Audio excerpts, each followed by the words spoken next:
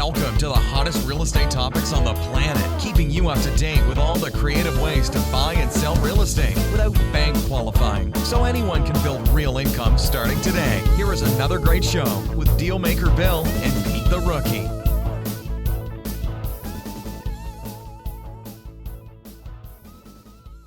All right, here we are at another episode of Flipping Houses for Rookies.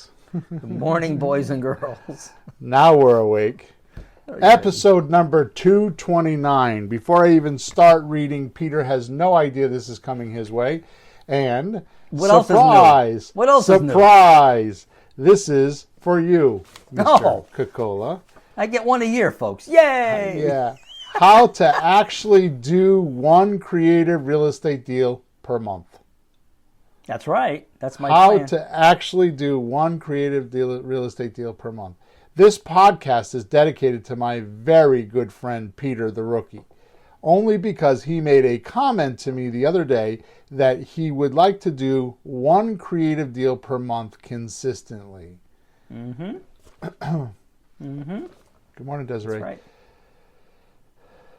I lost my train of thought here. Consistently without me. I'm going to do that again. So this podcast is dedicated to my very good friend Pete the Rookie only because he made a comment to me the other day that he would like to do one creative deal per month consistently without me. And this was a big cry for me that Pete really wants to and is ready to change his life around, which is awesome. Mm-hmm. So today we are going to approach creative real estate investing intelligently with a mini business plan or a type of blueprint mentally. I expect by the time we are done today, I can remove the trial and error method for finding and closing one creative real estate deal per month. And I want to grind this down to a very simple process so no one has a long runway of trying to get a Yale or Harvard education to just make some dough. Like most jobs, you should be able to do your week or two of training and get right to it. And Peter, you've done a bunch of rehab and I'll give that to again. Peter, you've done a bunch of rehab and retail deals with me. Now it's time to push you out of the nest and let you fly. So today is going to be a coaching session for you while all of our listeners hear what we do. And I expect they will appreciate this as much as you will. So let's get started. Well, that sounds good because, that's supposed to be my role because I really came to you pretty raw those few years ago. So I represent the rest of the listeners who are raw, not so raw, bruised, battered, rusty, whatever that is, And I have done some awesome deals. We got some stuff going on right now. It's just, I think in my head, like, well, why can't I just do a little bit more? Once you get something, my real estate income surpassed my music lesson income this year. I think I told you that last year. But I have this little dilemma called old age. I can't believe I'm getting old. It gets so weird because I don't feel old inside. But here I am. And I have to kind of get my game together and wrap things up so I have things lined up for the things I want to do. Good. So I gotta ramp up just the volume. So I had this little conversation with the wife a couple months ago, and it turned out about one house a month for just a little bit, not forever, would take care of us. Nice. Everything I want to do. Yeah. All right. So Pete, Let's start off with this. Yep. Every deal will need this. And there's 4 things. And I have paper and pen. So I said to the wife, hey, why don't you listen to him? She goes, I'll be at work. Just turn it on. No, I can't concentrate on 2 things at once. I'm taking notes, honey, and we're using these tomorrow when you get home from work, around 12:30 today. So go ahead, Bill. 4 things. So Desiree says, Pete, you're only as old as you feel. Well, in that case, I feel old. It's easy to say when you're young you don't feel bad. I look okay, but things hurt when you get old, Desiree. I made it a long time, but eventually it catches up. But I'm still kicking. Go ahead, Bill. So let's do some. I jumped right in. I got to do the homework. I mean the house cleaning or housework, or whatever they call it. Housekeeping. Yeah, housekeeping. Housekeeping. So wherever you're listening to us on this podcast, if you look in the description, there's a link there that has a bunch of free stuff, over 25 different kinds of free stuff. There's videos, scripts, there are checklists, there's all kinds of stuff. There's a bunch of free stuff there, documents, all kinds of stuff. Okay, so if you just go to wherever you're watching this podcast, just click on the link that's in the description, and it'll get you right to that page. Also, as you're listening to us, we're speaking to Desiree, who's here practically every week, and a couple of the other guys will join us soon. We broadcast on Facebook Live and YouTube, as well as Twitter. And if you're on any one of those channels, you can send us a question while we're recording live, and we'll answer the questions. And as we're talking to Desiree, we will chat with you. Because you're on my big screen in front of me and I can see who you are. We record normally every Thursday morning, 9:30 Eastern Standard Time. Today we're recording on a Friday because yesterday was Thanksgiving 2020. So that's why we're recording on a Friday today. But normally we record on a Thursday somewhere around 9:30 a.m. Sometimes we... two old guys end up with Emma's not here anymore, so we end up with some technical issues and we get delayed sometimes, but we're always around 9:30. Also, last thing is wherever you are, please like us or dislike us. Pete and I were just going over that. It's funny how that works, huh? We were going over the dislikes. So we have, as of today, we have 1,220,000 downloads on our podcast, and we have like 7 people that have dissed us and really let us know how bad we really are. So Peter's like, those are pretty damn good It's stats. too low. It's too Yeah, low. The ratio of good low. guys to bad guys, we're missing some. They're sneaking by us and pretending to like us when they really don't, and saying nice things when they don't mean it. Come on, guys. So anyways, make sure you like us or subscribe to us wherever you're listening, because we have a lot of good content here. We give the house away. Also, please go to my website, flippinghousesforrookies.com. Top right-hand side, there's a button there for testimonials. Leave us a testimonial if you so wish. Good or bad, I get them all, and I see them all. So there you go. Happy Thanksgiving to you too, John. So here we go. So let's start off with this. Every deal, you need to have these things, Pete. Okay? Mm-hmm. So one is a way to find sellers, right? Yep. Which you would think I wouldn't have to state that, but I get a lot of support tickets. I just answered one this morning. How do you find motivated sellers? Oh, really? I get them often. So yeah. One is a way to find sellers. Okay. Mm-hmm. And the bigger you get, it's multiple ways to find sellers.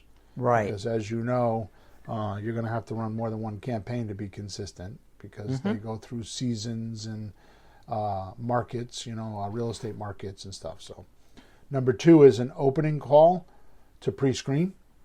So no matter what, you're going to have an opening call. This is not a type of business where it's like Amazon. You could just go on there, decide I'll take one of these and 2 of those, and they just send them to you. You're going to have to talk to people. Yep. Number 3, a closing call to make offers.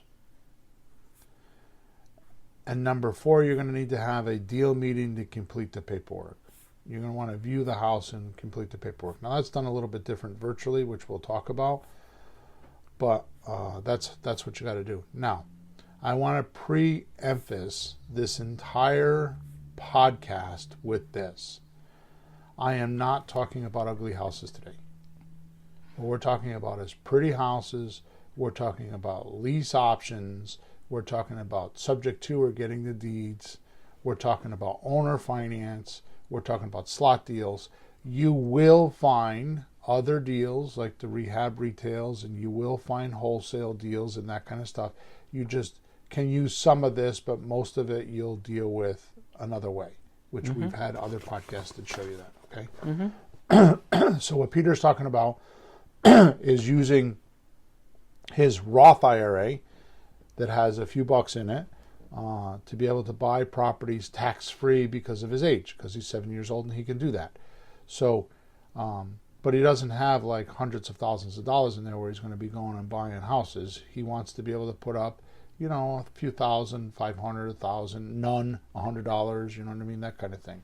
And that's the feat that he's trying to overcome right now, right? Yep.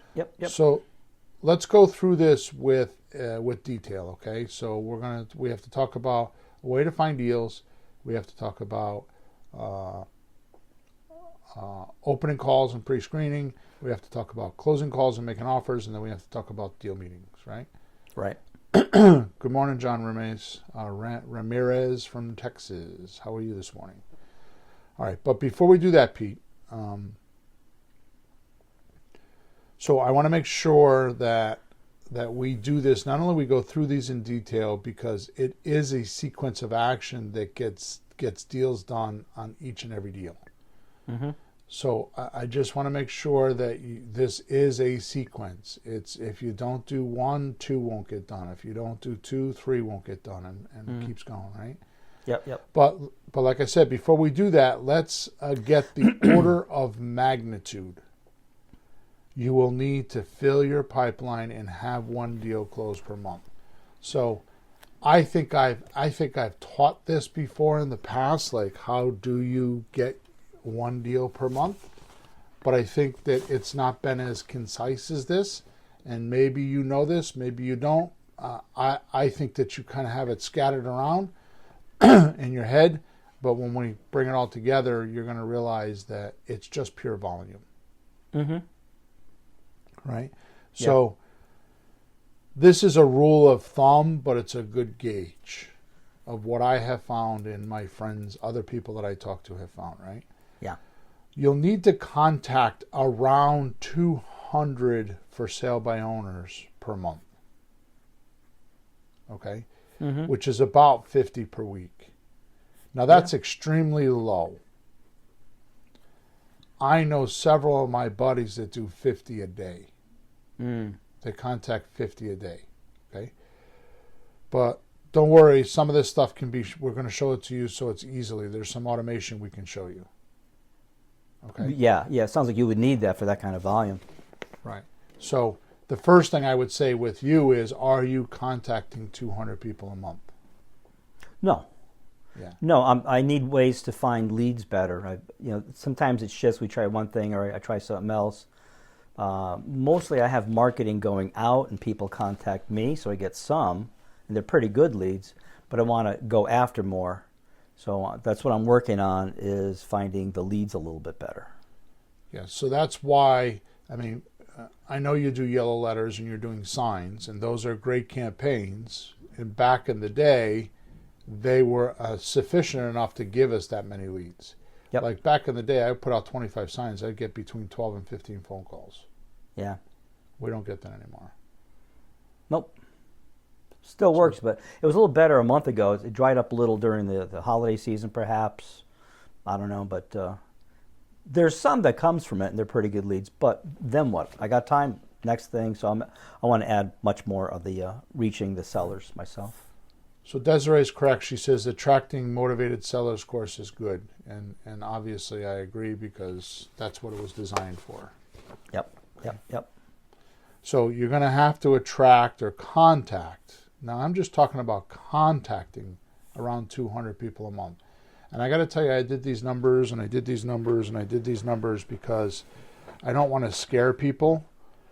But at the same time, this is where and you watch me, Peter. All the stuff that I go through, and you keep saying to me that I want to automate my business, and you don't want to do that, and that's not for you, and you just want to keep it simple. Well, I'm not trying to automate my business. I'm just trying to get the number of for sale by owner contacts up without me being on the phone 6 hours a day. No, I'm all for that. Not to get into a long dissertation, but I think, and I may be wrong, but I think to myself, when there's lots of leads, you can be maybe more automated, meaning more text, more messages. And I think when there's less, you have to get on the phone earlier in the process maybe and talk to them a little more, just to help them along. That's Right. what I think I'm seeing. So, yeah, I want more automated to get more volume, and then I don't mind talking to them to see if I can convert them. If not, I'll just hang up and go on to the next guy. So I guess So there's a balance there one of someplace the- I'm looking for. Right. One of the guys that just coached us recently Mm-hmm. claims you got to talk to 100 people before you actually start getting good. Yeah, yeah. Just in Right. terms of being able to talk to them properly and not sticking your foot in your mouth or saying the wrong thing or not listening. Probably not listening. I don't know. You know, it's talking to them is one thing, listening is another, which you've been talking about a lot lately. Yeah. So, well, it's not even listening; it's the response you give them that they really feel like that they've been duplicated, Yeah. or understood, Yeah. right? Yeah. So, but that we can get off into that tangent, which I don't want to do. More importantly, I think that if you talk to anybody starting, if they make a commitment to talk to 20 people, 20 for sale by owners, they will at least get the concept of what it's like to talk to a for sale by owner. If you haven't talked to 20 or 25 for sale by owners and done some of our scripts, you have no right to query or qualify or use your own scripts because you have no idea what you're doing. Matter of fact, if you haven't talked to 100 sellers, you have no right to change the scripts because you just don't know what you're doing. No, I mean, when you're new at a subject, you don't have judgment yet. You don't have enough experience to make any decisions. I teach music, and on the first 5 or 6 pages, people are telling me I want to do this instead. I said, no, you don't get to choose yet. Just keep going, then you'll know what you're doing better. So everything is like that. You have to go through it before you can make any decisions. You just follow the rules for a while, and then you'll see what's going on. You'll understand better. Good. So we talk to these 200 people, or we contact these 200 people, right? Mm-hmm. About 30% of those contacts, about 30% will agree to have an opening call or with either you or a virtual assistant. Mm-hmm. The purpose of this call, this opening call, okay, is for pre-qualifying. Right. Right. So I want to clarify this a little bit mechanically here, okay? Mm-hmm. So the 200 people I have found, now we use text magic. So we use a texting device to try to contact those 25 people. Right. It makes it, to contact those 200 people. So it makes it a lot easier if you can upload a list to Text Magic and then send out 25 texts per day. Mm-hmm. Right? Or 50 texts per day. In the beginning, I suggest you do 25. Mm-hmm.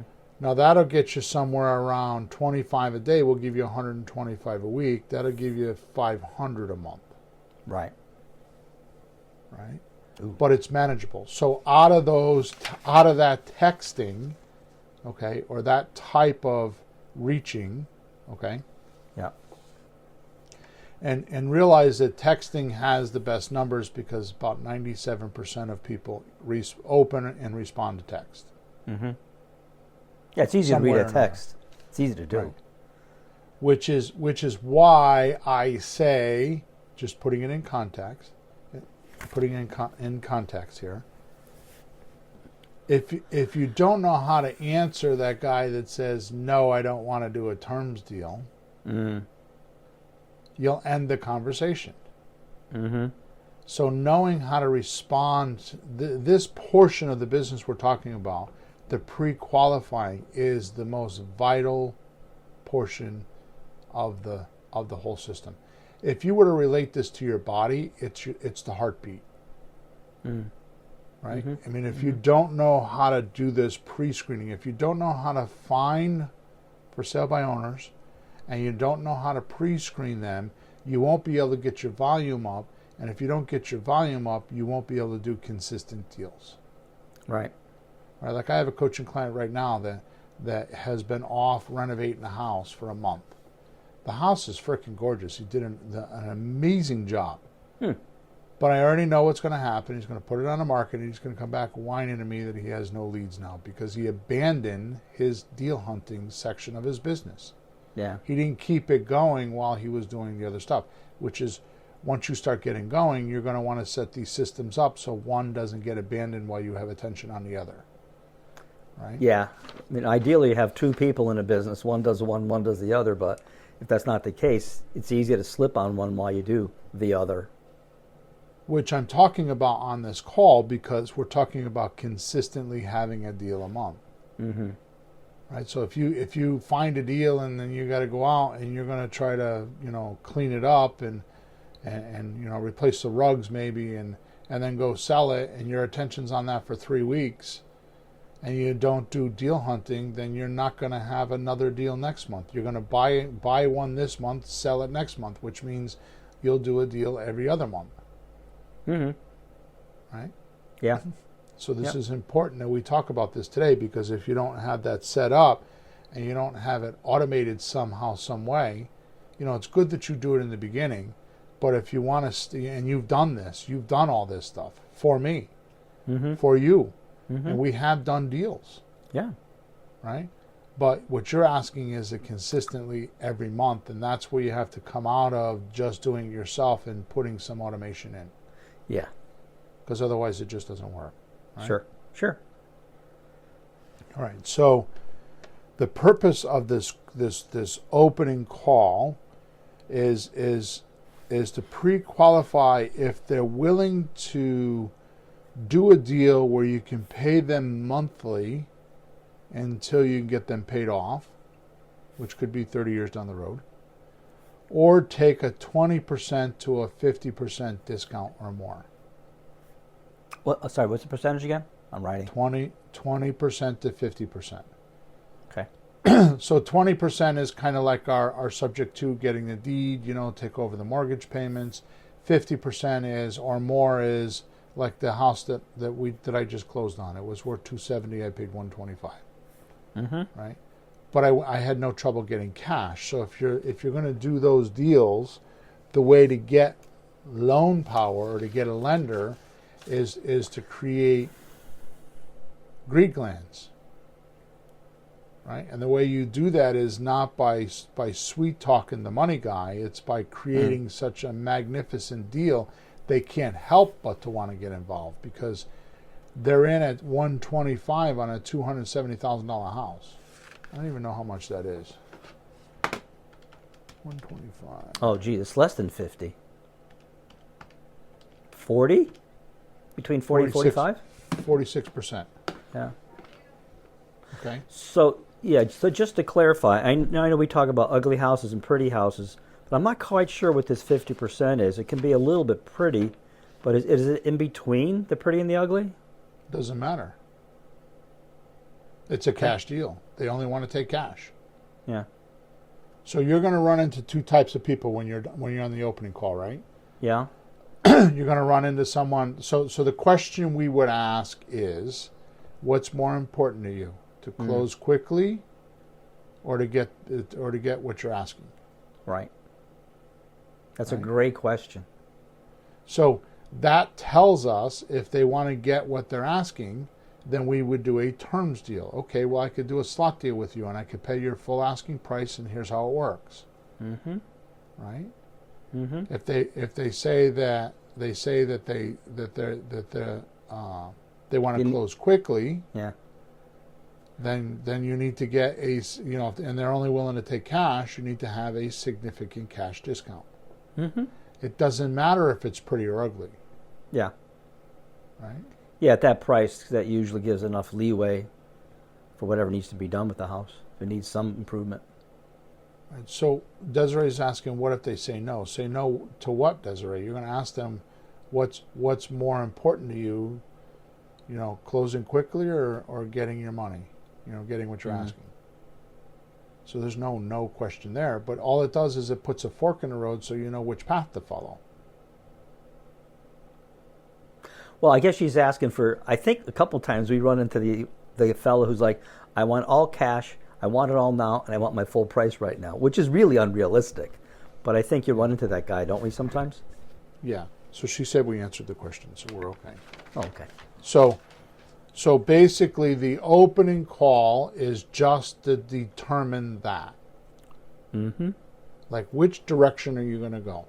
You know, like, when I decide to drive to Florida, which I do often, okay, do I want to take, from Connecticut, do I want to take I-95 or do I want to take 278 to 81, the trucker's route? Now, 278 to 81 is like 100 miles more, but it has no tolls and it's straight road and there's seldom traffic, especially if I'm driving at night. Mm-hmm. Where 95 has tolls, it's 100 miles less, it has tolls and usually has traffic and usually takes me more time. There's a point when I'm driving from my house to there, I have to make the decision on which road I'm going to take. Mm-hmm. Does this make sense? And it tells me what kind of experience I'm going to have when I take that specific road. Like if I'm going to go 95, I'm going to have to pay the tolls. There's going to be possible traffic jams, especially when I go through Washington and Virginia, and New York, Manhattan. Like there's certain repercussions to it. Or if I take the other road, it's a trucker's route. There's no tolls. There's, there are long exits, in between exits. They're desolate road, especially through Pennsylvania. And I just have to know that. Mm-hmm. Right? This opening call is letting us know which route we're going to travel. Now, it's probably a corny type of an example, but I'm trying to illustrate that the opening call is just to do that, nothing else. Right. Right? Which, by the way, if you do these pre-qualifying type questions, right? Mm-hmm. It'll pull out the motivation. Right. That's really a really good question. I have it written down in one of the scripts, but what's more important to you, getting your full price or a quick sale? It really helps you know what they want. It's really good. Right. So now I'm not saying that they have to divulge their motivation. It's just an indication of the motivation. We're going to figure out the motivation on the closing call, which is next. Mm-hmm. All we want to know is, are they willing to take monthly payments until we can pay them off, or take a deep discount, and a deep discount is what I consider 20 to 50%. Yep. If they're willing to do one or both of those, then we're in good shape. Okay? Yep, makes sense. Now out of the 30%, that's about 60 for sale by owners that will agree to hear more about how it works. Mm-hmm. So we said there's 200, right? Yep. So we have to contact 200, right? Out of the 200, about 30% of them will agree to more on how they want to hear how it works. Right. Okay. So that's about 15 per week. Mm-hmm. Okay. So let's just put this in perspective. Are you talking to 5 people a day? You refuse to answer on the basis it may incriminate me. Which brings us to our closing call, because if you're talking to 15 people a week, right, brings us to our closing call. Here you'll dig in and find out all their numbers, why they're selling, what their ruin or discomfort is, or their pain, their situation, their motivation, their hot button, whatever you want to call it. There's all these words are, to me, synonymous. Yep. Now, Peter, please hear me loud and clear. And this is not for you as much as it is for my listeners. Do not, please do not, absolutely, definitely do not give your offer until you figured this out. So one of my coaching clients, Bill Fusco said this, and I can't remember exactly, I should have wrote it down. He said a prescription without diagnosis is malpractice. I think that's what he said. That's good. Rightly. So I'm writing what you just said, though. Don't give the offer until you know their motivation. No, so you need to know what their ruin is. You need to know what their pain or discomfort, their situation, their motivation, their go button, any one of those. You need to know that, because if not, then you are pretty much fishing in the ocean without doing any research. You're using the wrong bait. Well, it's not even using the wrong bait. You No, may it's not past even that. be where the fish live. I Yeah. mean, you could be in 3 foot of water fishing looking for a whale. Mm-hmm. It's just not going to happen. Mm-hmm. You know, or you could be in the Caribbean fishing for seals. You know, it's just not going to be there. Yeah. You know what I mean? Because you could just not only, yeah, you get the point. Yeah. Right? Well, yeah. Because the reason why is in this section, you want to create your offer based on how you can help them relieve the problem. Okay, and now you may not be able to answer this because it's coming later, it's not part of today, but what I'm thinking is sometimes I'm talking to people and they start asking right away, what's your offer, what's your offer, what's your offer, right? Right. So obviously you would circumvent that and not be disrespectful, but you would just keep talking until you knew more before you answered that, right? Yeah, so do you want to role play it for a minute? Yeah, sure, because obviously the first thing, how much you get to offer, right? They do that right away a lot. Right. All right, so go ahead. So you're talking to me, I'm the seller, and I ask the question, right? That's what we're doing? Yeah. Okay. Yeah. So blah, blah, blah, blah, blah. So how much are you offering for my house? Well, here's the thing. I need to get a couple more questions answered first. The first question is what's more important to you, closing quickly or getting the amount of money you're asking? Wow, closing quickly. Well, I'd like to get the amount I want. Okay, good. So Yeah. the way that would work is, and then I just give them the offer. I give them a Right. slot deal, or depending on what their loan to value ratio is. Mm-hmm. Now, if they're calling you, it's a little different. So I want to clarify this. If we're doing a for sale by owner script, we Mm-hmm. may not know how much their loan to value ratio is because we may not have gotten to that point yet. Right. So opening calls, I use FSBO scripts. Closing calls, I use the prospect suspect form, which you can find on our website on the free stuff page. Mm-hmm. Okay? Right. So the FSBO scripts, or the for sale by owner scripts, when you're doing outbound calls, I use those scripts and gather the information. When I get to the closing call and I have to start constructing an offer, I use the prospect suspect form. Now, when I'm doing that, I build rapport by talking about the house, which is how many bedrooms, how many bathrooms, does it have a basement, does it have air conditioning, does it have a garage, is it listed with a realtor, right? Does it need repairs? When did you want to move by? That's all rapport building questions, Yeah. right? So hopefully if you've done all that, you're ready to talk to them about the offer. Right. But if they start the conversation off, now let's do the role play again. Let's say you give this to me the first 3 minutes that I'm on the phone with you. I have no data. Yeah. So ask me the question again, because I would answer it differently. All right. So you don't have much data yet at all. Okay. We just got on the phone, and you're Yeah. just being Yeah. snotty.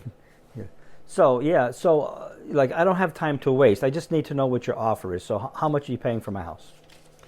So Peter, I can't give you a number. When you bought the house, didn't you look at it and have time to be able to go, inspect the house and go over the numbers and figure things out? I mean, you didn't have somebody just call up like it was Amazon and give you. I mean, you didn't buy the house that way, did you? No. Yeah. So I would like to have that opportunity, and if you're not willing to give me that opportunity, I totally understand. Just call me when you're ready, and we will talk about it. But this is a major purchase, and I want to make sure I'm doing the right thing by me and by you.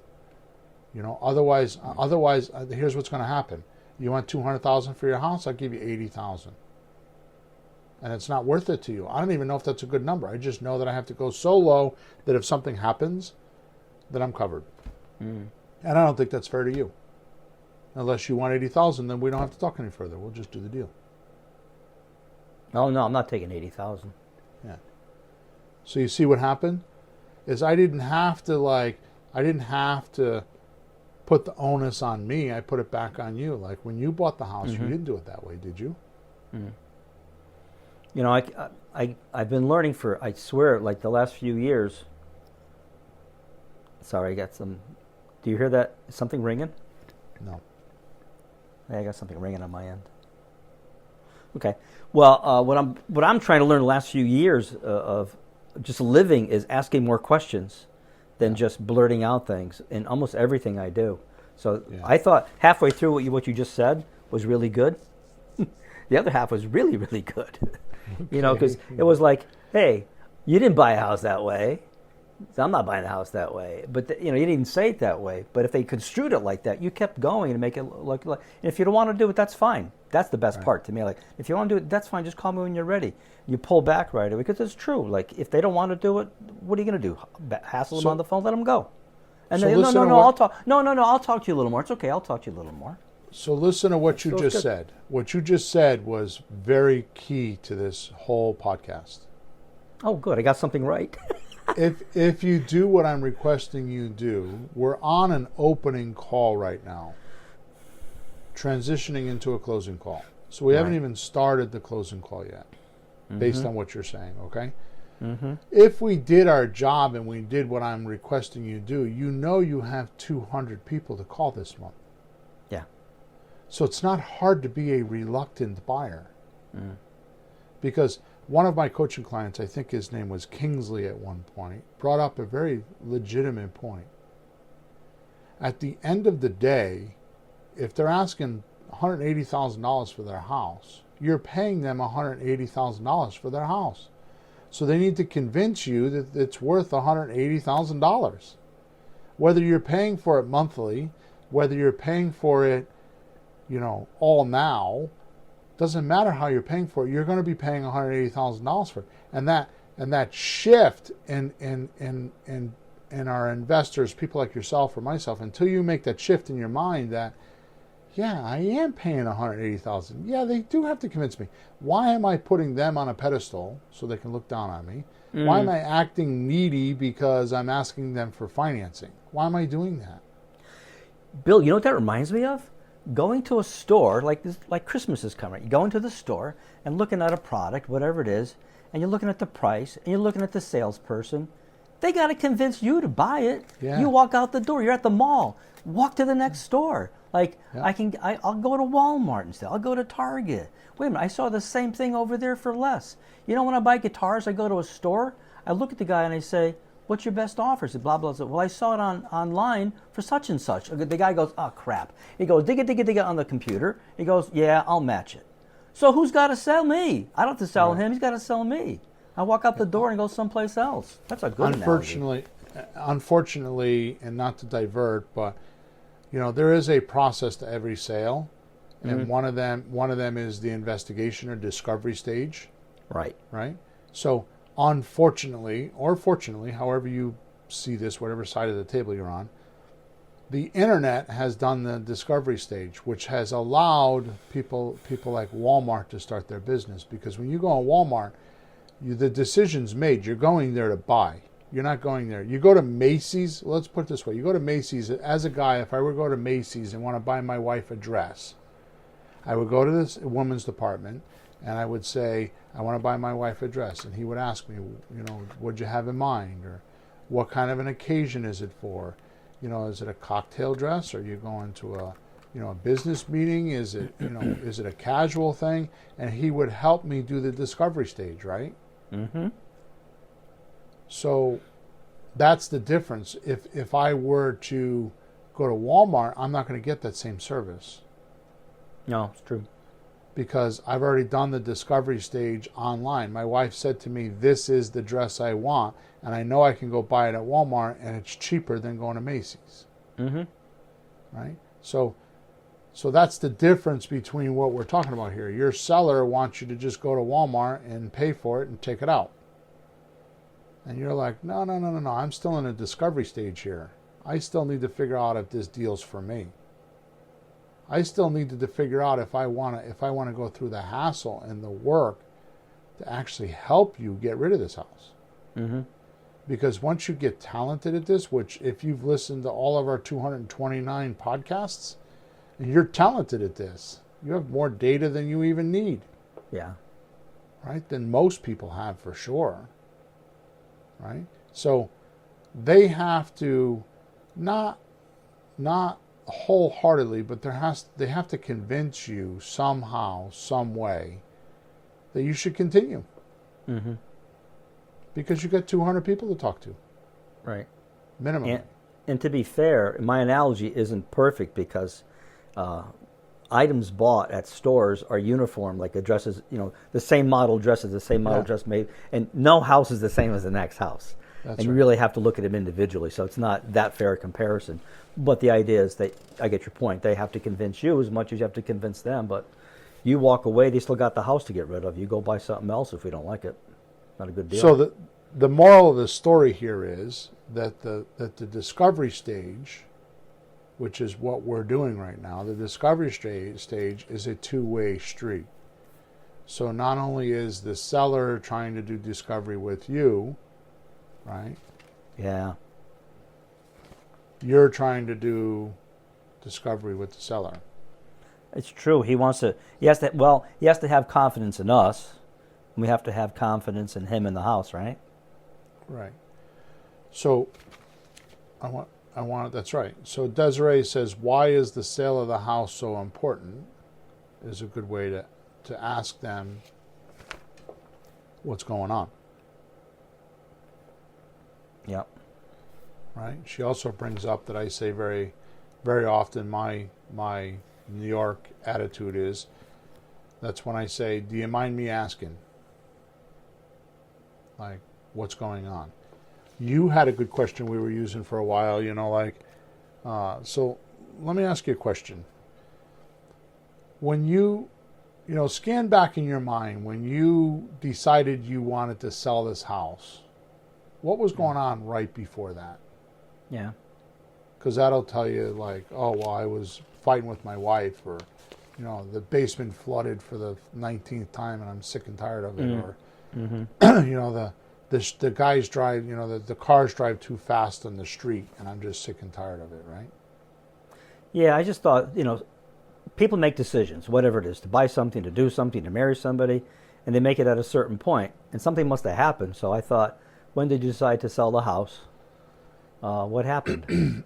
So Desiree's saying, right, I'm sorry, I keep cutting you off because I'm having trouble with my ears. With the video. So Desiree's saying, why is the sale of the house so important? She's saying that's what she would ask in the beginning of the call when you're asking me for, prices and stuff like that. Mm-hmm. So let's move on because we diverted quite a bit here and we're already pretty far into the podcast. So knowing what's kind of ruining them or what's, causing this pain or making them motivated is important, because when you create your offer, you base it on how you can help them with your experience or ideas. Mm-hmm. And I want to really clarify this, because this occurred to me the other day when I was explaining this to a student. It's not your talent or your education. See, me, I've had a lot of experience doing this, and that's why everybody's here.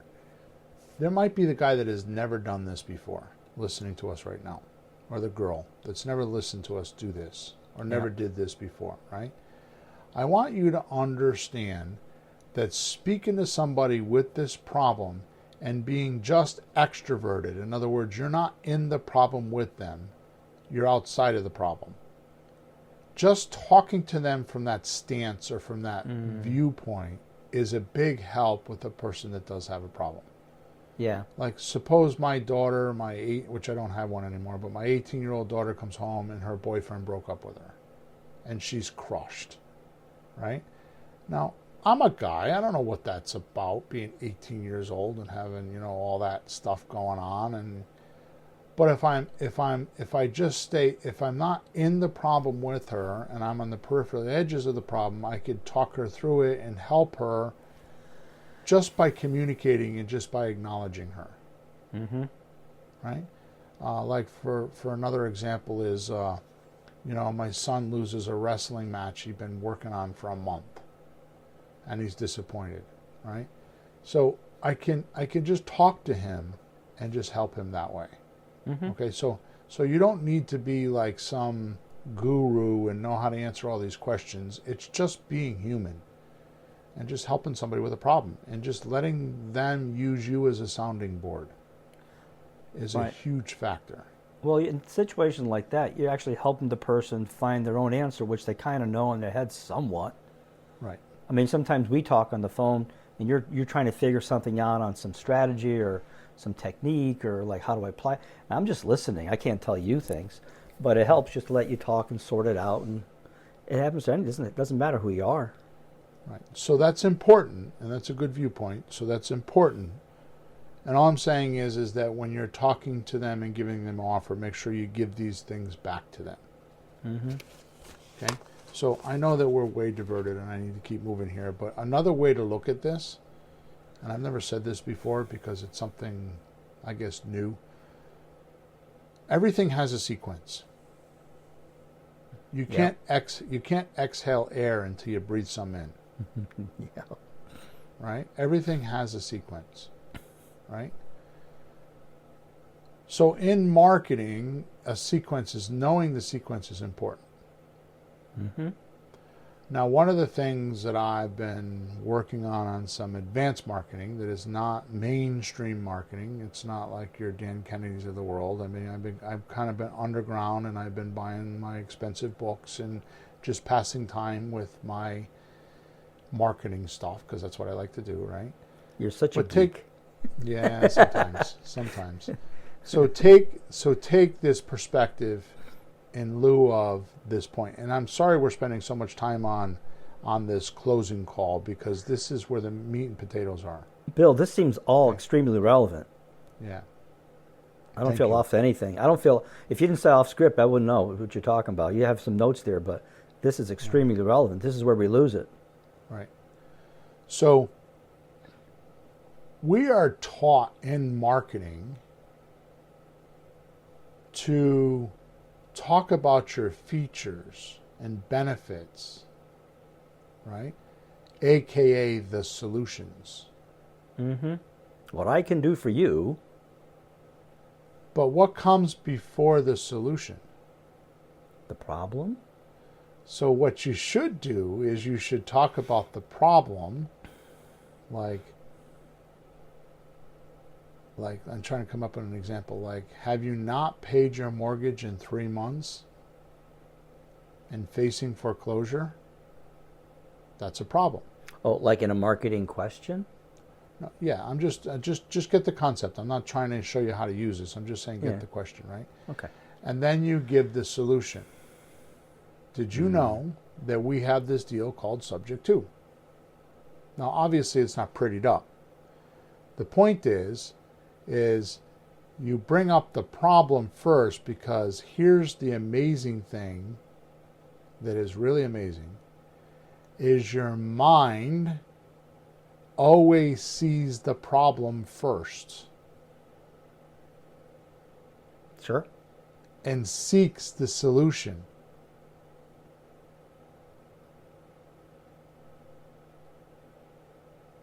Can't imagine it being any other way, huh? Your mind sees the problem first and seeks the solution. So why are you trying to deliver the solution first? Yeah. Now wait a minute. In copy, when I'm writing copy, and this is relevant here, when I'm writing copy, I can't just state the problem in the headline and then write 4 pages of copy about the solution. I have to do the roller coaster effect. I have to emotionally bring them up and down through the problems. Because there's more than one problem. Here, I'll give you this one. Here, I'll give you this one. Like, having trouble finding money for your real estate deals, right? Yeah. I say, then use private lenders. They'll give it to you. Solution, right?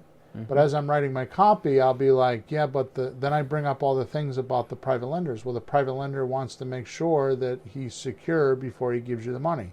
That's a problem. Solution is you have a deal good enough that he'll want to do the deal.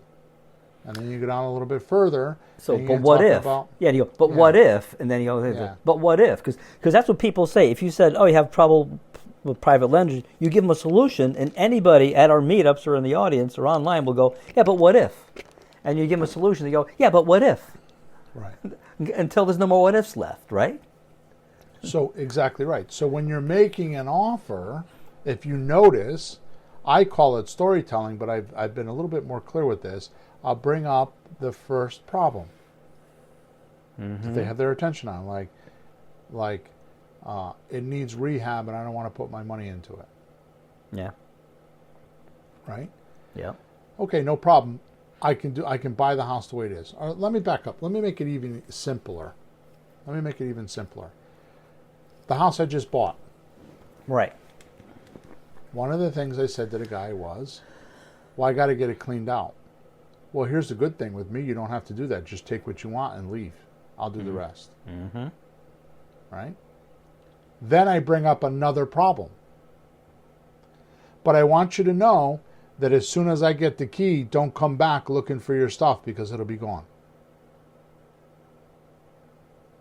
That's a problem. You got a hard deadline. Get your shit out of here before it's over.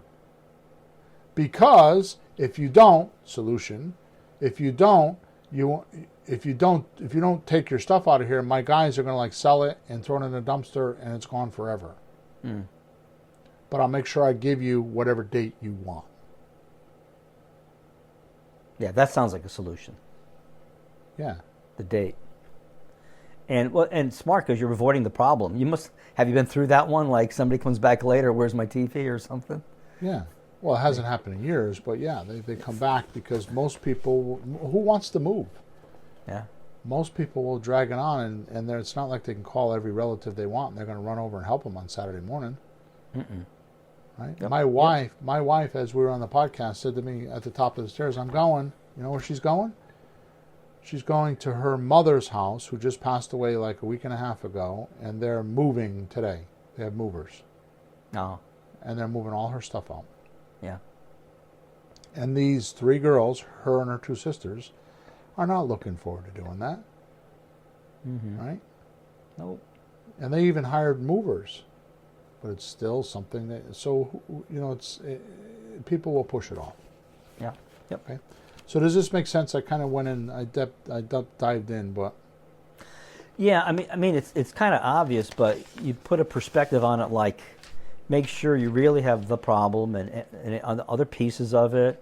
Don't just jump to I can do this. Just don't jump to the solution so fast that you might miss some concerns a person has. Let them talk, find out what's on their mind, and just help them with all the details so they feel done, so they can move on and say yes to your offer eventually. Or you can make the right offer that they say yes to because you know what you're doing. Correct. So don't be impatient. I want to summarize this so we can move on. I want to summarize this, and then I'm going to just backtrack so we know where we're at in the process, and then move on. So the difference between me and you, or you and any one of our other students, right, is if you had these abilities I'm talking about right now, and you had this technology, or you had this experience, or you had this, whatever you want to call it, you will need less deals. You'll need less leads to make more deals because you'll convert them. Yeah. In the beginning, if you don't know how to do all this stuff, just don't worry about it. Just go do it. Record yourself. And then listen to yourself talk and go back and figure out where you're strong and where you're not. And then go find the podcast in our episodes and get strengthened up on those. The difference between me and you, or me and any one of our students, is they just need to call more people than I do. I'll have the right answers and the right questions. It doesn't mean that you need to be a perfectionist to do this. It just means that you're going to make your mistakes and you're going to move on, and you just need to make more phone calls. Sure. Me, I'll make 5 phone calls and make a deal. You might be 25. A student might be 50. So the student that's 50, just make your 50 phone calls. All you're looking for is a motivated seller, and when you find one, you'll know it, because they'll lunge themselves at you. And a motivated seller needs no training at all. All you have to do, you can make mistakes. You can be like, I've done it. Yeah. I'll go out and I'll do notary public and I'll sign all the paperwork, and then I get home and realize, I go over with a coach or whatever who's helping me, and they're like, oh, you did that wrong. I'll call them back up and say, you're not going to believe this. I did all that paperwork wrong. We need to do it again. Okay. Because they want the deal to happen, if not more than you do. Yep. So just make your phone calls. Just get out there and talk to enough people until you can practice and get better and better and better. So the only difference between having training and not having training is the amount of calls you got to make. Right. Okay. So let's back up.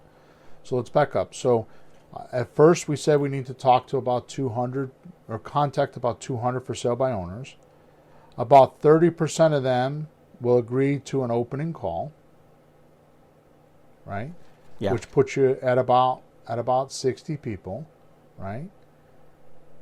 About 30% of them will agree to a closing call, which we just talked about. Just remind me to come back to the closing call, because I want to keep moving. But please remind me, because there's a comment that I want to make about the closing call. Just don't let me forget, okay? Yeah. About 30% of these closing calls will result in a yes. Oh, so the 30% of the 30%? Yeah. Easily. Right. Now Right. we're down to which 9, is about 4 10. or 5 per week out of the 60. Oh, that's right. We started with 60. Okay. So that means 4 or 5 people will say yes. Okay. Okay. Now, here's the part that most people don't talk about, because it happens all the time, but it's not sexy enough to talk about and this kind of stuff. Once they verbally agree to the deal, we go to the deal meeting. Right? Now, the deal meeting is where you're qualifying the house and doing paperwork. Either verbally either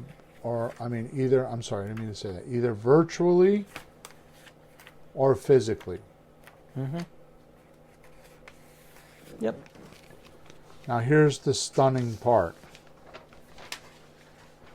Only about 30% of those people you'll close with. Gee, it's 30, 30, 30, huh? Yeah. Good boy. Okay. Which means you'll end up with 1 or 2 deals per month. Yep.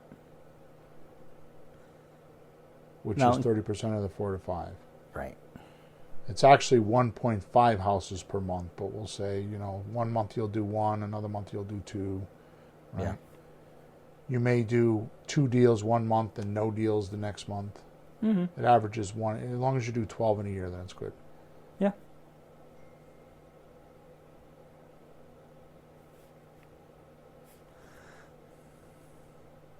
Okay. Now, I haven't even gotten to the podcast. Oh, God. I just Tune in wanna next put week, ladies and gentlemen, just for the wanna- conclusion. Yeah, I just want to put in perspective what you have to do to be able to do this. Yeah. Give it a magnitude of effort. Right. Now, these numbers change based on the rapid. So the COVID thing changed these numbers in our industry. Right. So that just realized that that's coming back now. So COVID made it harder for a while. Yeah, well, you're finding 200 sellers may not be so easy in your backyard. Yeah. But it'll probably swing back a more positive way, for better or for worse. Yeah. Now, these numbers also change based on this rampant illness that we have in this industry. Oh, there's another one on top of the actual illness. Go ahead. Yeah. It's called foot-in-the-mouth disease. Or, as we say, shooting from the lip. You know, like shooting from the hip. The shooting from the lip means you're non-scripted and you're not asking the right questions. You're out sequence. There's things that happen that you may or may not even know you're doing. And the only thing that can judge whether you're doing a good job or not is closed houses. Yeah. So you could beat the numbers and percentages by simply having and knowing your scripts. It really comes down to these two talents. The whole business, Peter, strips down to these two talents. Being able to pre-screen properly and being able to find the ruin, problem, go button, reason to be motivated, etc., and presenting the correct solution at the right time. At the right time. Yeah. Yeah. And all these podcasts where I talk about asking a good question helps the percentages and closing ratios. And the reason why, which is the latest thing that I've been talking about, is a good question is important. So what's a good question? A good question will adequately bring out the right ruin or devastation. Problem, go button, reason to be motivated, action item, or overall emotional response. Yeah, I saw that email you had sent out about that. That was important. Yeah. Yeah. So I'm going to say that again. So a good question will adequately bring out the right ruin or devastation. Problem, go button, reason to be motivated, action item, or overall emotional response. Mm-hmm. This guides the deal much like a thermostat for a furnace or heating system. Means the environment, then the results. So you have a thermostat in your house. If it's cold, it turns the furnace on. If it's warm, it keeps the furnace off. Mm-hmm. This is how your deals are. There's thermostats. There's little indicators that I try to teach you about. And you get them with the questions. And you need to know whether to turn the furnace on or turn the furnace off at every given question. Mm. Okay? That made me think when I read that when you're talking to people, you should be watching for some reaction. And if you get no reaction, they're just sitting there listening to you, man, you must be really off, huh? Yep. They have to be like just talking to anybody. If they're just staring at you, what the hell are you talking about? They should be engaged and ask questions or have a reaction, get mad, get happy, something. Yep. And if they're not engaged, which is a good point, if they're not engaged, then you're probably off base. Oh, way off, jeez. Okay. We should probably practice that in just normal conversations without riling people up. But seriously, I hate chit chat personally. I just find it so wasteful. It's like, oh, you live in Hartford? Yeah, me too. Who cares? Right. Get to some important things. There's important things in life. Let's talk about those. This is the reason why I talk about the roller coaster, where you bring up the problem, then a solution, and then you bring up a problem, and that's what keeps people engaged. Yeah. Because what do they think of first in their minds? The problems. Sure. Right? What do we react to? The problems. Yeah. Well, Right? that's kind of life, isn't it? Yeah. Find a problem, solve it. Find a problem, solve it. That's kind of life. So exactly. So that's how you keep people engaged. If you're starting to lose them, then either find the problem and talk about that, or leave the conversation. Often I'll ask them, is there something I said or did that you don't understand? You kind of just went blank. Mm-hmm. Is there some confusion? Or I'll tell you another thing, Peter. Yeah. I'll tell you this is really, really vital. I don't talk about this enough. But suppose you said, I ask you what would have to happen for me to buy your house today. You say, well, I'm getting a divorce. That's the answer? Yeah. Wow. Okay. Getting a divorce. Okay. Doesn't really answer the question, though. Why not? Well, what do you have to do? Right. Well, what well, maybe. Yeah. Sorry. No, I'm just trying to make a point here. So all I'm trying to say now is that whatever you tell me the answer is, I should repeat it back to you, so I make sure I have it correctly. Right. So you're saying, Peter, the reason why you're selling the house is because you're getting a divorce. Is that correct? Yes, that's right. Right. Or what would have to happen for me to buy your house today? Give me $200,000. So you're saying if I give you $200,000, you'll sell me the house? Mm-hmm. And they say yes. Now it's not a sly move. Some people might think this is a trickster, and I'll be like, okay, so I can give you $200,000, just not in one lump sum. What I want to do is I want to give it to you $1,500 a month until I can pay you off. Could you do that? Right? Yep. It's important. Yeah, I see your point. So no matter when you ask that question, as long as they give you a real answer, it just keeps the conversation going in a real way. Well, it's problem solution. So you keep bringing up. So like once I get into the details of the offer, it's like we're going to have to pay the conveyance tax, and it's going to be $1,300. Do you have that? Right? Or you're going to have to. When did you plan on being moved out? That's a big one. That's a problem. Yeah. That's a problem.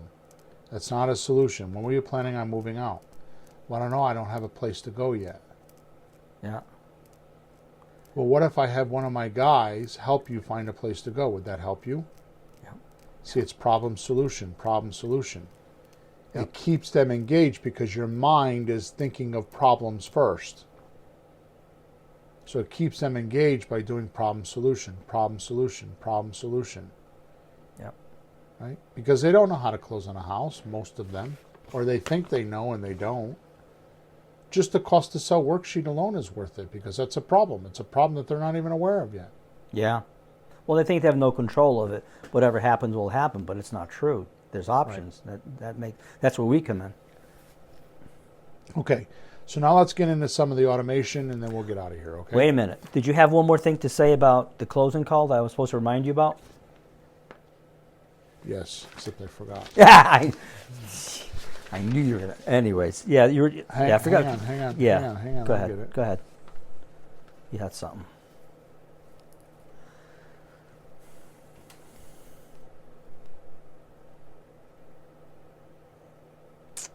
Son of a gun, I should have just did it then.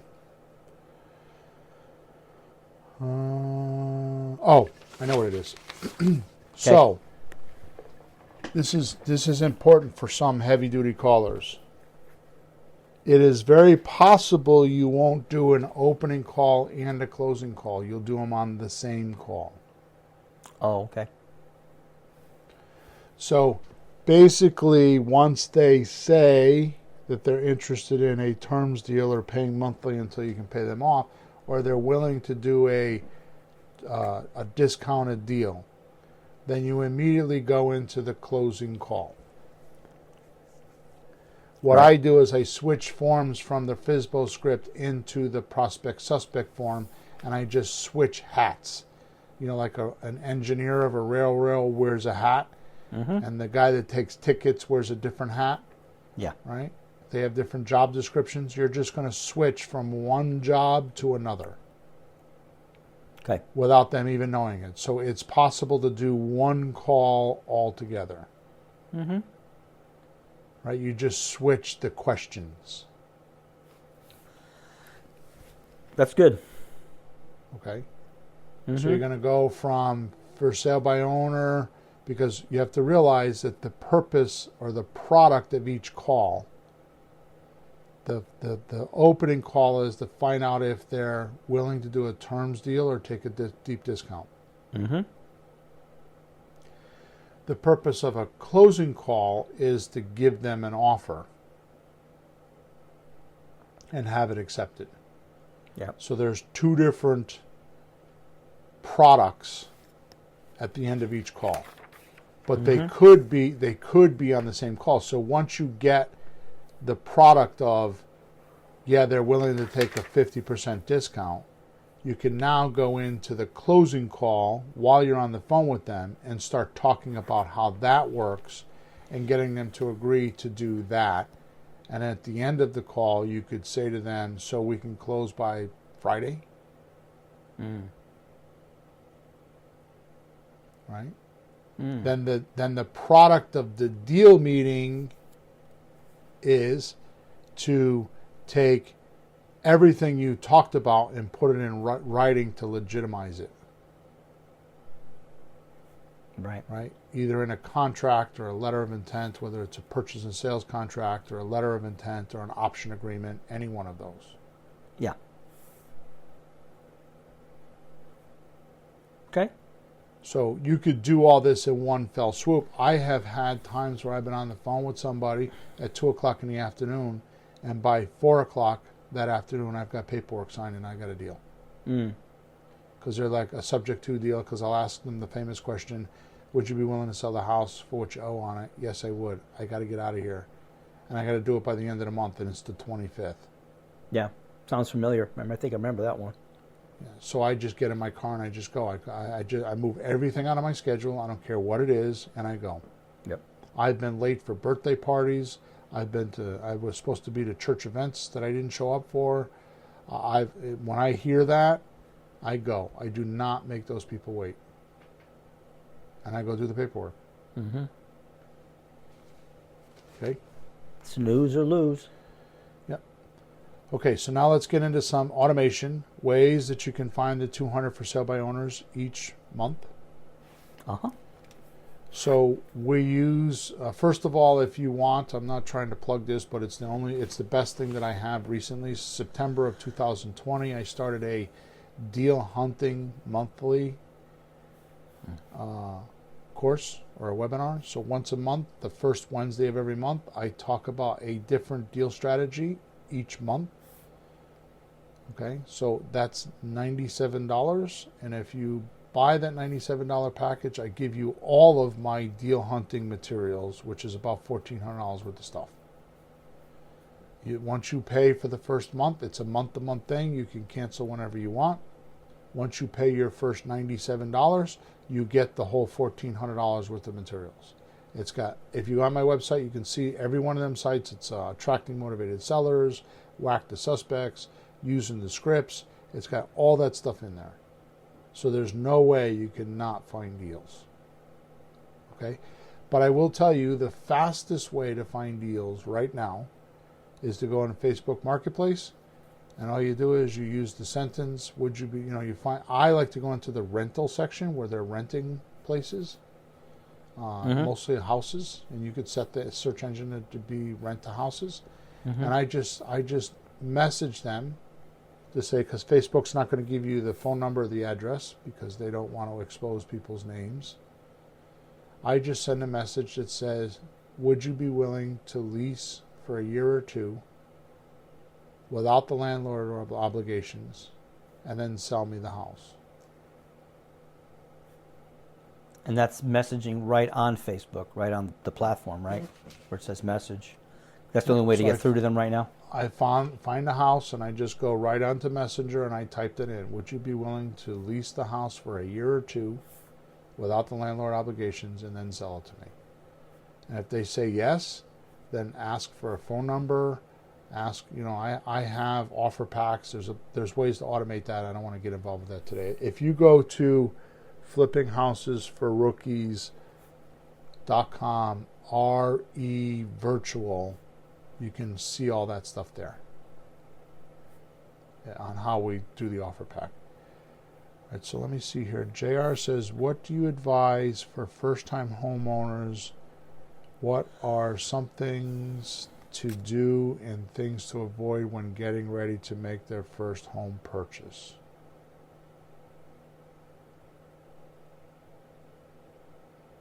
Do you understand the question, Peter? Looks like JR is looking to buy a house for himself, so we're not quite talking about that on the podcast today. Seems like a separate question. Yeah. So something for himself. So, there. JR, if you send me a support ticket with a little bit more detail, I can help you. But I think that everything we're talking about could work if you're looking for a house for yourself. Yeah. Okay? Yep. I mean, I bought my house that way, the house I'm living in now. I've been here for 15 years or 12 years. So Facebook Marketplace is the fastest way, and I think that's what JR is talking about. Facebook Marketplace would work there too, JR. You know, just go look for a house there. Mm-hmm. Right? Now, what I do is in Facebook, I start with the rentals, because those are easier conversations because they're already renting it. They're halfway there. And then saying, what if I buy it later? And they're like, oh, I didn't even think of that. Oh, yeah, I'll do that. As opposed to going and talking to for sale by owners that are looking for $200,000, and you come along and say, how about if I give you $1,500 and you wait 5 years? Right? It's an easier conversation. Okay. But I would start with the renters because you may not have a lot of those in your area. Go through those and then go to for sale by owners. But you'll have enough leads just on Facebook. Facebook's pretty much replaced Craigslist. I understand why Craigslist is not making some changes, but that's the way it is. Okay. And the same question is fine for renters or sellers, right? That first question? Yeah. Okay. Yep. Okay. Second place is obviously Zillow.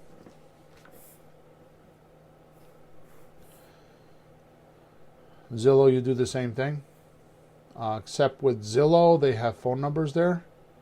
So what we do is we get those phone numbers, the address, name, and phone numbers on Zillow as opposed to Facebook.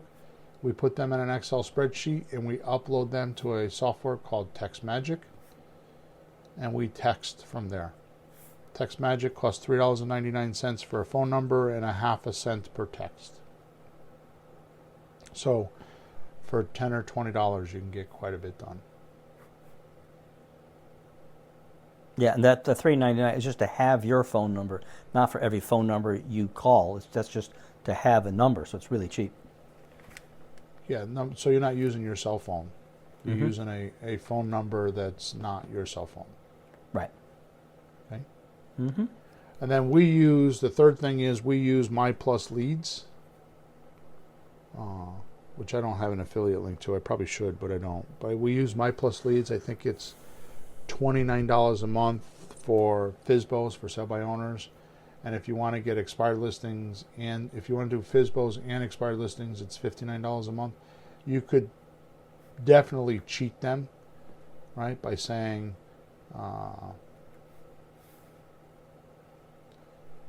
by joining up for a month or two, getting the leads, and then not, because it's a month-to-month subscription. But you do what you want. I pay them every month. But here's the thing is they'll give you an Excel spreadsheet and you can upload that Excel spreadsheet into TextMagic.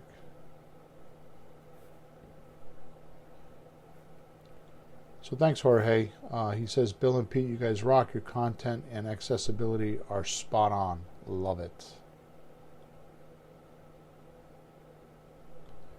So John Ramirez said that Zillow stopped posting phone numbers. So John, last I heard, they did do that only in certain areas where they stopped posting phone numbers.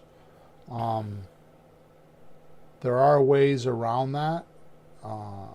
If your area still is not posting phone numbers, what you could do is go to a company called scrapingsolutions.com and they'll get the numbers for you. You'll pay for it, but they'll get numbers for you. So basically, Zillow is trying to cater, they're trying to monetize their platform because they're not making money. They're a publicly traded company and they're trying to make money. Kind of like where Facebook was and where Google was in the beginning. They were losing money and they're trying to monetize. So they're trying to cater to the realtor because they know 88% of for sale by owners will eventually go to a realtor to sell their house. And most people think it's because they're aggravated or they don't know how to sell the house, which is, it has some validity to it. But the real reason is because they're not doing what we're teaching you to do right now. They don't get enough leads. I mean, for us to sell a house, we got to get 100 to 125 or 30 people to see our ad. So we get 20 to 30 people through a house to get 1 to 5 offers. And if those 1 to 5 offers aren't good, we got to do it over again. So I can guarantee you that a for sale by owner doesn't get 100 to 125 people to look at his ad and get 20 or 30 people through their house, which is why I think they fail as for sale by owners. And they end up going to a realtor because a realtor will do that. Hey, Bill, Zillow question. I was looking the other day, and I noticed that the numbers weren't there. Isn't there? What I was trying to find was a way to message them. And I didn't spend a lot of time because I think it was yesterday, Thanksgiving. But isn't there a way to message a person on Zillow? Like you would do on Facebook? I mean, you got to... Yeah, they take the phone number off and you can send them a message. It's kind of tricky because they'll set up a message and I'll have 3 realtors and then on the 4th one will be the owner. Yeah. Right? So you just send the same message we would on Facebook. I'll have to look again because I was having trouble even finding the owner someplace, but I'll look again and I'll let you know what I see. Because, like, wait a minute, how do you contact the guy? He's still trying to sell the house. Good. Okay. So these are the quickest and most efficient way, the effective way I know we're doing it and my students are doing it.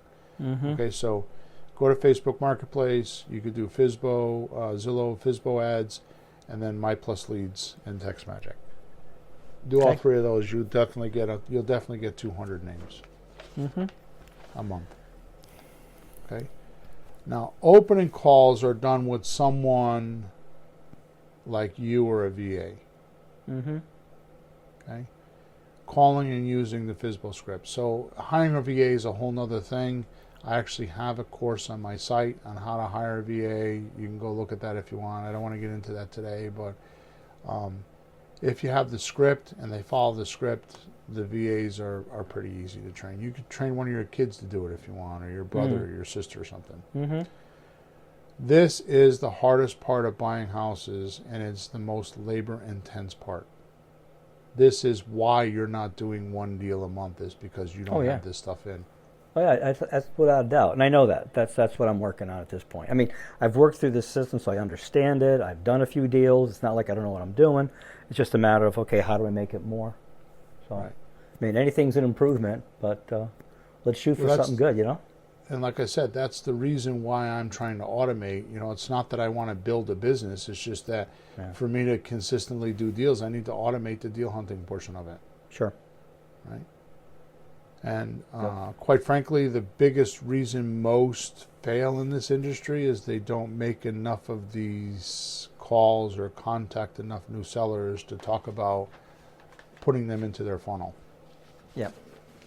And other rookies and rookettes, do not be discouraged, because I think I got lucky a few times in the beginning and found some deals without like a lot of calls. That first condo I bought, that was like, how'd that happen?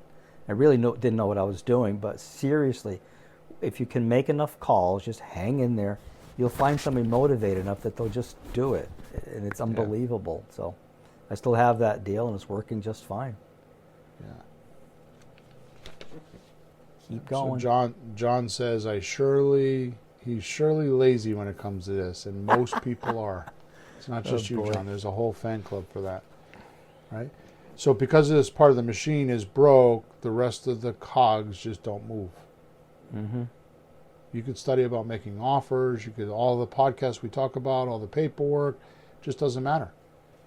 Because, you know, it's kind of like building a race car and then not having gas to put in it. You know what I mean? Just what's going to happen now? Yep. You know?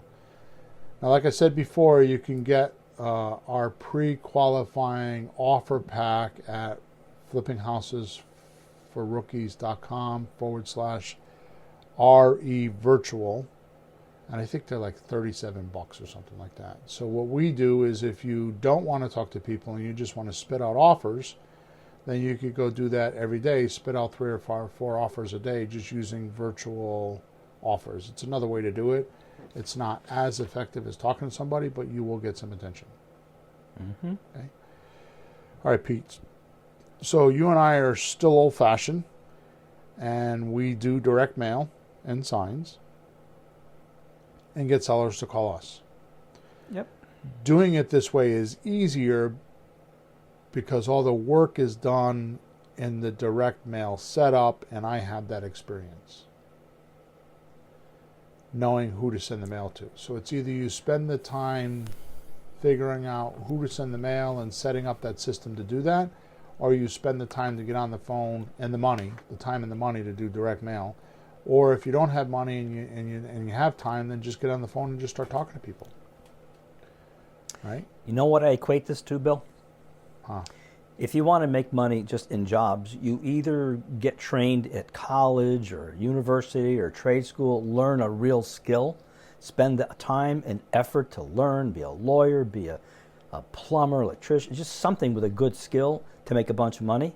And if you don't do that, you're going to have to just work. Yep. You know, dig ditches, dig, you know, grunt, you're back.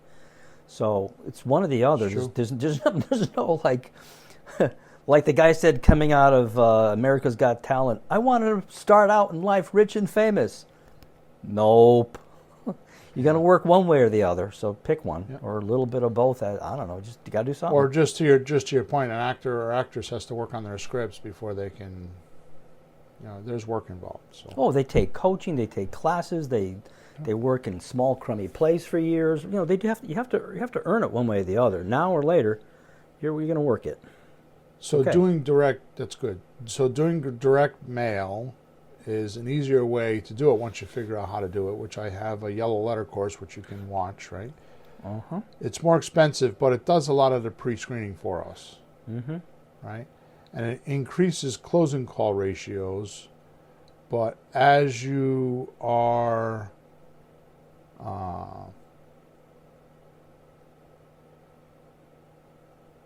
what am I trying to say here? Technology is making this harder and harder to do, the direct mail. Really? Technology, how? Yeah, because not everybody responds to mail, but there's something like 93% respond to text. Right. Well, So, things do I shift. mean, even though you can get it delivered, it's do they get to see it, because technology is a much quicker communication. Yeah. Right? All right, so now I'm almost done here. Let's cover the closing calls. This part, I think you have to improve a lot over time. The only thing I can say about this is what you say or what you don't say determines how much money you make, always. So stick to the scripts. Right? Now here is the thing. In the old days, we would do this by going to the house, but COVID taught us that we can do this virtually if we want. So if you're doing this outside of your area, you could do it with, going to the house with boots on the ground. We use a company called wegolook.com. You can use FaceTime with the seller. Zillow has a tool on Zillow.com/marketing/3D-homes. And it's an online free platform that you can use to get the seller to put their home on a virtual platform. So it's Zillow.com/marketing/3, the number 3, the letter D, -homes. Okay? Whatever you do, if it is not someone you are paying to take the pictures or the videos, do it live so you can make sure that the seller isn't hiding something. So if you're paying WeGoLook, then you can instruct them what to do. But if it's just the seller giving you pictures, right? What, you're saying he's going to show you the good pictures and not the bad ones, Bill? Yeah, he might forget some rooms. Or the hole in the ceiling? Yeah, so then if you send them an offer pack, it gives you a good reason to call and talk turkey. Mm-hmm. So it's another pre-qualifying step, right? So if you're calling for sale by owners, you could do the pre-screening, you could do the closing call, you could do the deal meeting, zing, bing, zing, bang, boom, and that's it. But if you're a little bit more introverted and you don't want to talk to people as much, you could send offers like I said, 2 or 3 offers a day. And then, with the offer pack that you can find at flippinghousesforrookies.com/RE virtual, you can buy that. It's $37, which is a steal. I don't know why I haven't taken that down, but it's still there. And then just send out offers, 2 or 3 offers a day, and then 3 or 4 days later, call people up and say, "Did you receive my offer?" And then it starts the conversation in the middle of the closing call. Okay. So just don't. What I've been finding lately is something we've changed with the offer pack is just don't send the cash offer in the 3 offers in the offer pack, right? Mm-hmm. Because what happens is it cuts down on the amount of sellers that will pick up the phone when you call them back. They kind of ghost you. So if your cash offer is going to be 70 cents on a dollar and they see that and you call them back in 3 days, they just won't talk to you. Yeah. So what we've been doing is sending the offers so that the 3 terms offers, there's 3 terms offers there, and we tell them we will call them and do a little bit more of an evaluation with them and then give them the cash offer verbally. Okay. And at least they'll pick the call up and they can at least hear, they'll at least let us talk to them. And you are you saying you can do the cash offers without seeing the house? Yeah, because if you just do a good comp with it, which the offer pack will do, the offer pack will, if you do what you're supposed to with the offer pack, it'll give you a good comp.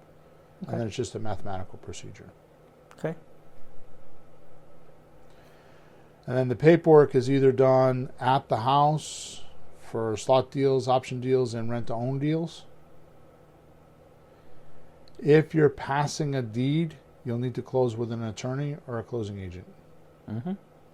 So anything that needs a deed will need to have a attorney, closing agent, or something like that. Anything that doesn't have a deed, like a slot deal, option deal, and a rent-to-own, you can just do kitchen closings with those. Yeah. Okay? If you don't take your time, if you don't take your time and do this correctly, you'll spook the sellers. So when you're doing your paperwork, especially virtually, I use DocuSign. I'll get the person on the phone or on a Zoom call, right? Send the documents while I'm on the call with them. So I'll call them up and say, "Hey, Pete, I got your documents ready. You got time to cover them? We're going to need about 30 minutes. Right. Okay. You go over everything, explain each paragraph. Right. What's your email address? And then I send them the document. Did you get it? Okay, good. Open it. Okay, good. What do you see? Okay, good. First paragraph. And then I paraphrase it. This is what that means. Does that make sense to you? Yeah, good. Initial it. Mm-hmm. Second paragraph. This is what it is. Okay, what does that mean? Okay, does that make sense to you? Yes. Okay, good. Initial it. And I walk through the documents. You will not get people to just sign contracts without doing that. It's too scary. Yeah. Well, they just have too many misunderstoods. Mm-hmm. They don't get it. There's too many. The questions come up. They can't answer them, So that's the meeting call. And you could either do that in the house with them or you could do that virtually. Whatever makes you feel better. Okay. By the way, I use this a lot for other things, but we use freeconferencecalling.com. freeconferencecalling.com. So you could just tell your seller to call you at the phone number and enter the PIN number, because then you could record it all if you wanted to. Oh. I don't do that. I just call them on my cell phone. I put my cell phone on speaker. I put my microphone down to the phone, and I use Audacity to record all my stuff. Although I have software that we're using now that has a recording device in it, so we use the software. It's a CRM that we're using. That you make the calls right from the CRM, and all the calls are recorded. Okay, JR says, "What's your advice for buying foreclosure homes? I just saw a listing for $25,000. What is the best way to flip this house?" JR, just go to my front page. It says go to Flipping Houses for Rookies. It says I think, let me go see what it says. I forgot what it says all the time. Creative Real Estate Deal Making 101. Creative Real Estate Deal Making 101. It's right on the front page of my website. and it's a free course. Just put your name and email address in there, and then go to the rehab retail section, and there's about a 45-minute video there that will answer that question. Okay, so go to flippinghousesforrookies.com, go to the section where it says Creative Real Estate Deals 101. Once you're in that portal, which by the way, anybody listening, if you haven't done that, you should do that, because I explain all 7 of my deals there. I explain how to mathematically figure out which offer to make, how to make the offers, and then the results you get once you buy it, how you make your money. So you should go listen to all that anyways. Okay, JR? Okay, so like I said, I use Audacity on my computer, and I record the calls, which you should do so that you could you could hear yourself talking to your sellers, and everything is good, right? All right, so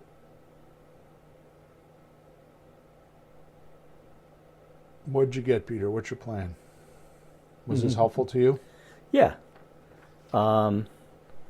This is basically what I wanted to do. I just needed some details, because I know some things changed, like the phone numbers aren't on some of the sites anymore, and I've used TextMagic a little bit, and yeah, so there's a couple of details I have to just pull out and just get how to do them, physically, how to upload things. Some of these things I don't do all the time, but between me and my wife, we figure them out, because she uses computer and I do, and uploading Excel and things like that we can do. Good. So you feel like you have a plan?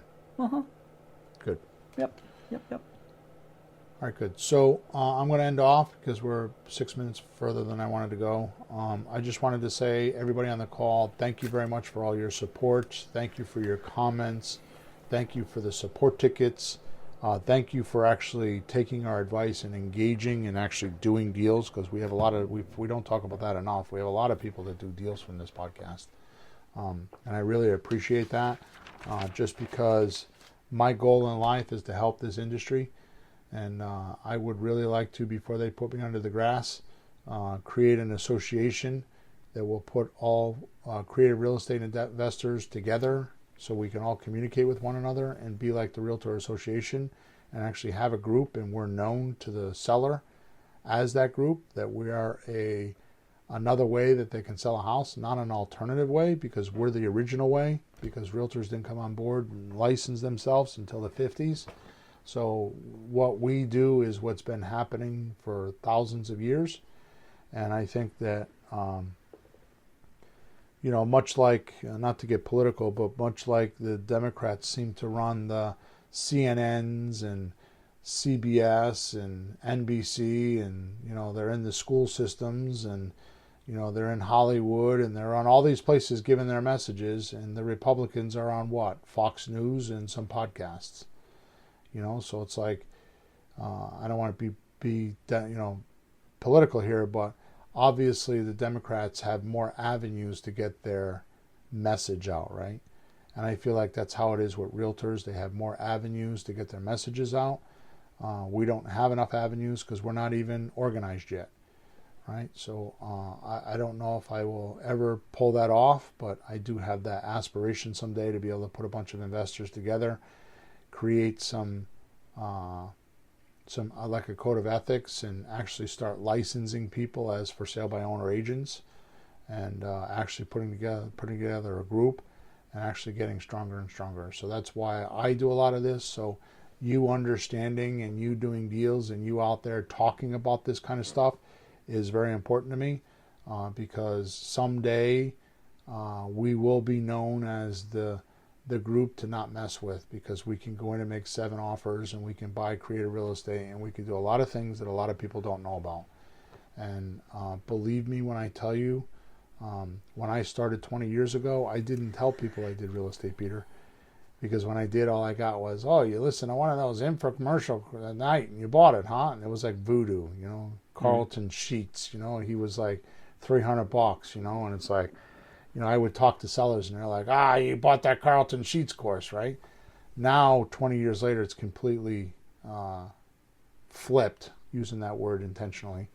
It's flipped. Now it's like prestigious to be able to be a creative real estate investor and know how to do this, because there's so many people. the reality TV shows change that. So I'm proud to be here and where I am in this time. So when I say thank you for all your support, I really mean that, because I don't feel like it's just support for me, it's support for the industry. And the more of you that are out there and understand how this works, and the more of you that are out there that can explain to other people that this is not a sham, that it's actually better than the realtor system, the more real it becomes to our sellers and our buyers, and the more deals that you and I could make because more of us are talking about it. So that's my intention for doing all this. Believe me, I don't need to do a podcast every week. Right? I don't need to have any of my website stuff and my coaching every week. I make enough money just with my real estate. Just with my rental properties alone, I could live. I wouldn't have to buy another property if I wanted to. So, the people that think that I'm just, about the money, then they're in the wrong place. So John says thank you for spreading the knowledge, which I really appreciate, because that's what I want, John. Just go tell your friends that this is possible, and the more sellers you talk to and the more buyers you talk to with this type of language, the more it will spread, and the more people will know that it's real as a heart attack. This can be done every single day, and is done every single day, right? I mean, just the fact that 10 years ago I would never think of closing in an attorney's office, and now I do, is just proof of the movement. You know what I mean? So in 10 years from now, I don't even think it'll ever be a question. I think we will be the elite. So, because we'll be helping a lot of people. So, Bill, you're a man ahead of your time. Yeah, I guess so. I'm a man with a big head is more like it. So, as long as it's not a fat head. Yeah, well, I got that too. So anyways, to end off, just make sure you go give us a review. If you go to flippinghousesforrookies.com/podcast, you can give us a review there on iTunes, or if you're on Stitchers or Google Play or any one of those places that I had no idea that we're broadcasting to, because Emma takes care of all that stuff. Just go leave us a review.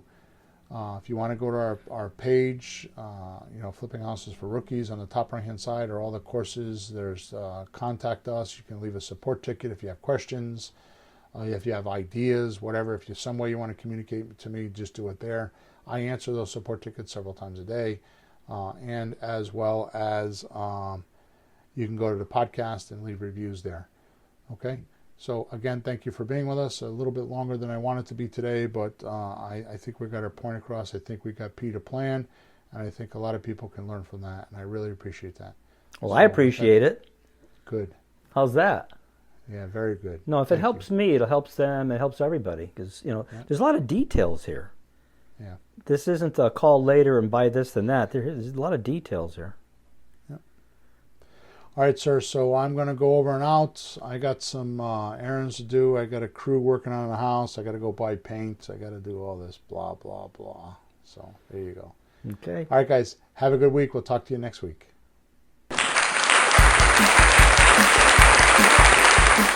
Thanks for tuning in to the hottest real estate topics on the planet with Bill and Pete. If you want to continue learning how to buy and sell real estate without money or credit, head over to flippinghouses.club for some cutting-edge real estate wealth tools. Or contact us at info@flippinghouses.club.